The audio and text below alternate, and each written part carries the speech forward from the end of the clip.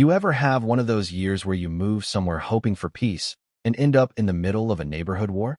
Yeah, that was me when I landed in Fairview Shores, just looking for a little quiet after 3 decades as a Navy Marine engineer. All I wanted was silence. Real silence. The kind that comes off the water at sunrise, not the awkward hush when folks are sizing each other up behind HOA bylaws. I bought a modest place right on the lake, set back behind these old pines, with a dock I built myself. Nothing fancy, just some sturdy lumber and a bench at the end. Perfect for launching my battered aluminum rowboat, my last reel tied to years on the sea. I used to sit there in the early mornings, mug of black coffee in hand, just listening to the loons and feeling my bones settle. That dock, simple as it was, meant freedom to me. Thing is, freedom has a way of attracting trouble. The HOA had approved the dock way back when, and you bet I had every scrap of documentation filed away, emails, diagrams, even a thank you note from the old board president, Hank. Navy teaches you, never trust that permission lasts. People change. Policies drift. And sure enough, trouble drifted in the year Karen Havley moved 2 doors down. She bought one of the new, sharp-edged houses with more cameras than windows, joined the HOA board faster than I could learn her last name, and before summer was out, she'd muscled her way to president. People whispered she'd sued her last HOA out in Nevada. I figured, not my circus, not my monkeys, until it was. It started with a letter, real official looking, saying my dock might be out of compliance with new guidelines. I checked my files. Nothing had changed since 2011. I called, emailed, left voicemails. Got nothing.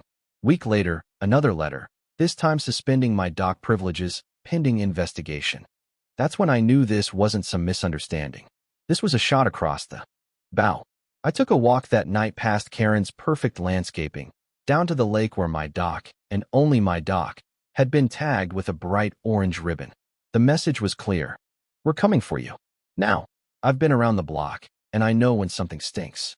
I ran into Jim at the end of the cul-de-sac, retired teacher, good guy, always down for a beer during a storm. He hadn't gotten any letter. Probably because Karen's got her eyes on your little inlet, he said.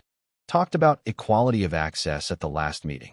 That sounded less like fairness and Charlie, a retired JAG officer who liked land use battles for fun. Send me everything, he said. We're going on offense. That's when things got ugly. My boat, my old aluminum rowboat, vanished. Rope cut, drag marks through the sand, tire tracks to the walking path. I reported it stolen, knowing full well who was behind it. But if Karen wanted a fight, I'd bring her one she couldn't see coming. I sketched a layout for a rock barrier, subtle, totally legal, flagged with the county, invisible under the water, but enough to stop any big boat that tried to bully its way through my little inlet. Documentation, GPS, environmental compliance, by the book, every step. I quietly shared my files with neighbors, Jim, Diane, Mrs. Langford, and one by one, they started telling me their own Karen stories. Sunflowers ripped out, wind chimes called noise violations, little fines for flags and garden hoses. Then the HOA sent an invite, a fancy boat party on the lake, Karen's big show. I watched from my dock as she cruised out with a new driver, taking the shortcut right over my submerged boundary. There was a crack loud as a gunshot. Her luxury cruiser lurched and scraped. Legal complaints. But I had every permit, every environmental certificate, every boundary map. I handed it all to Charlie and watched him turn my defense into an offense.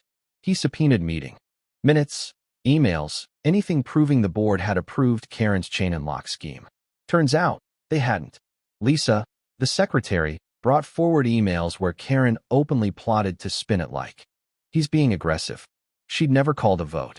By the time our story hit the local news, me standing at my chain dock, Navy vet defending his rights, neighbors testifying, the neighborhood had split.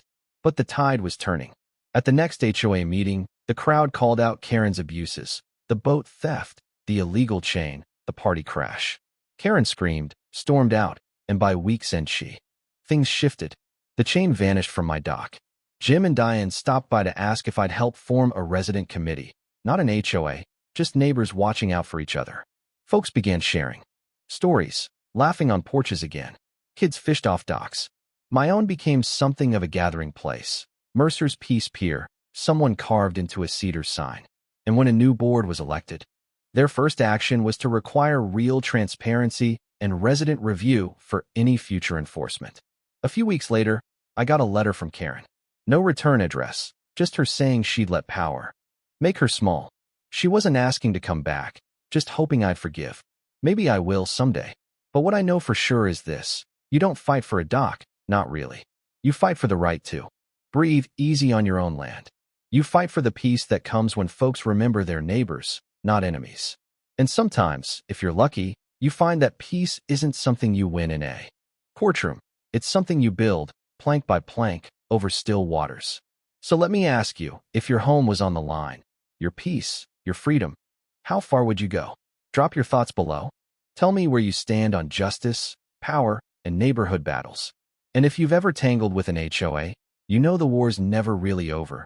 But maybe, just maybe, the good guys get to keep the view. Funny thing about peace is, once you get a taste of it, you want to protect it at all costs. But that doesn't mean trouble stays gone for good. The months after the trial felt like someone had, wondering if they'd get a letter for excessive noise. Even Lucky, Jim's golden retriever, seemed to strut a little prouder when he passed my dock, Mercer's Peace Pier, as folks had started calling it, like some kind of neighborhood legend. But you know how these stories go. Quiet doesn't mean boring, and every community's got its own ghosts. Karen was gone, her house listed for sale almost overnight. Rumor was she skipped town with barely a word, left the place staged but hollow, just a realtor's card on the kitchen counter and a note saying keys in mailbox. Some said she'd pulled the same power plays elsewhere, that Fairview Shores was just another notch in her belt, but honestly, I didn't care where she landed. I was more interested in what would fill that space she left behind. Turns out, it wasn't more rules. It was more neighbors. Diane started hosting book club down at the dock. 5 ladies in wide hats gossiping about mysteries while ducks drifted by, sometimes asking if they could bring lemonade or just sit a while in the evening breeze.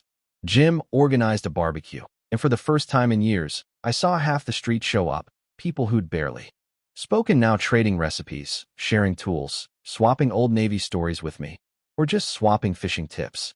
Someone started leaving little painted rocks at the edge of the dock, each with a word, like hope, or steady, or home. It was cheesy, but I loved it. One Sunday, the new HOA president, a soft-spoken woman named Carla Jenkins, came by with coffee and an apology. "We're rewriting the charter," she said. "No more surprise enforcement, no more secret votes. Everything out in the open, neighbor to neighbor." She handed me a draft, asked if I'd review it as an advisor. Weekends, shiny SUVs with out-of-state plates. One afternoon, I caught a couple in business suits snapping photos of the shoreline, measuring angles, jotting notes. When I asked, they claimed they were just admiring the view.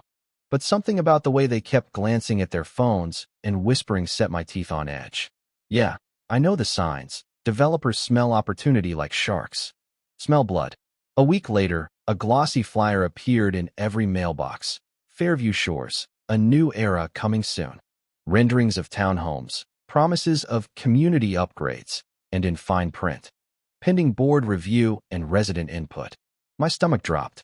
I'd seen this playbook before. Big money comes in, talks about revitalization, and next thing you know, the lake's walled off. Docks are ripped up for private slips, and the neighborhood spirit gets bulldozed along with the old fishing spots. That night, a dozen neighbors crowded onto my back porch, holding flyers, all talking at once. Diane looked ready to cry. Jim was mad as a hornet. Even Brian, former treasurer, forever nervous, asked if I thought they could really change everything we'd fought for. "They can try," I said, "but not if we remember what we just learned.